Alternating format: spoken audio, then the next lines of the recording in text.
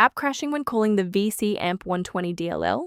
I'm Sophie Chen, a senior Windows developer, and I'm providing the guided solution to fix this logic error now. Don't let vcamp120 slow you down. The automated repair toolkit is available in the description. This is the vcamp120, the Microsoft Visual C AMP Accelerated Massive Parallelism Runtime v120. It manages unmanaged localized execution of parallel code on heterogeneous localized hardware, GPUs.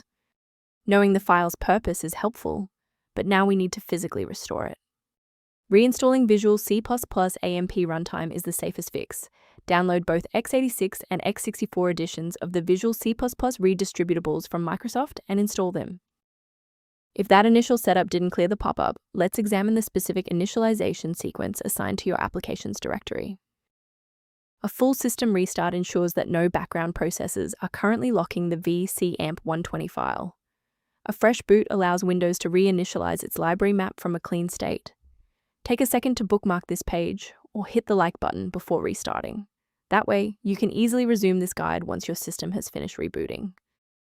If the initial power cycle failed to restore functionality, we will now proceed to infrastructure-level support. You may pause the video now to ensure your environment is ready. If the restart didn't fix the library error, we need to manually repair the specific C++ redistributable package. First, go to Control Panel, then select Programs and Features. Second, find every Microsoft Visual C redistributable, 2005 through 2022. Third, right-click each and select Change, then select Repair. If that fails, download the latest all-in-one VC++ redistributable package from Microsoft's website. Please note that for DLL files with numbers, the number tells you which version to repair. For example, 120 equals 2013.